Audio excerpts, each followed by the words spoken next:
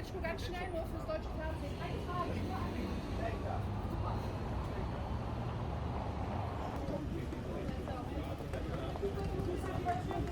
President Macron, one question. One question. Just one single question. What do you expect, Mr. Macron? What are you going to discuss today?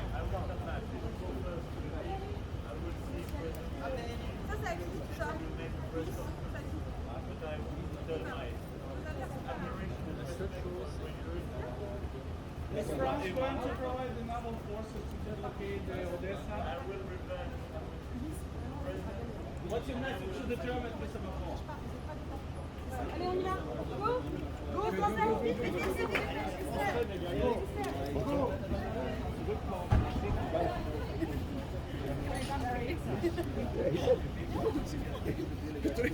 Hvad? Han sagde, jeg kommer tilbage til dig, Rasmus. Han sagde, krigen kommer til, jeg kommer tilbage og snakker.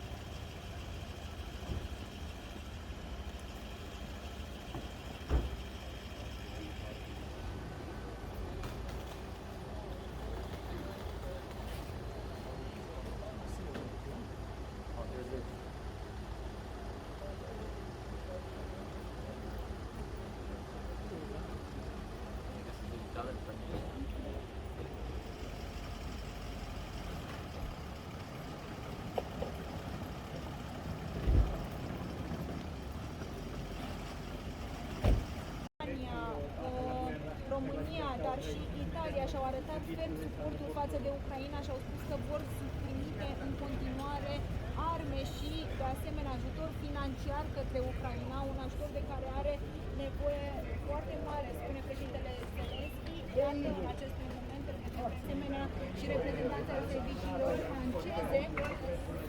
Vedem că nu ne lasă cei de aici să ne apropiem, iată un coleg al presei care încearcă să se apropie și cei de aici îi spun foarte clar de mare.